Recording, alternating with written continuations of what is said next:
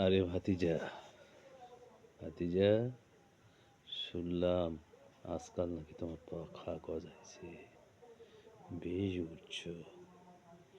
ভাতিজা, আমার মটকা গরম করিস না কিন্তু কইলা। এই মটকাটা যদি একবার গরম হয়ে যায় না, একদম একদম ভাগি না।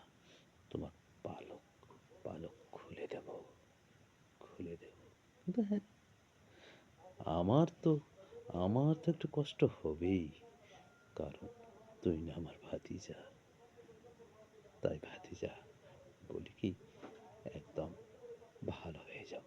ভালো হতে ভাতিজা পয়সা লাগবে না। কি বুঝেছো? ভালো হতে পয়সা লাগবে।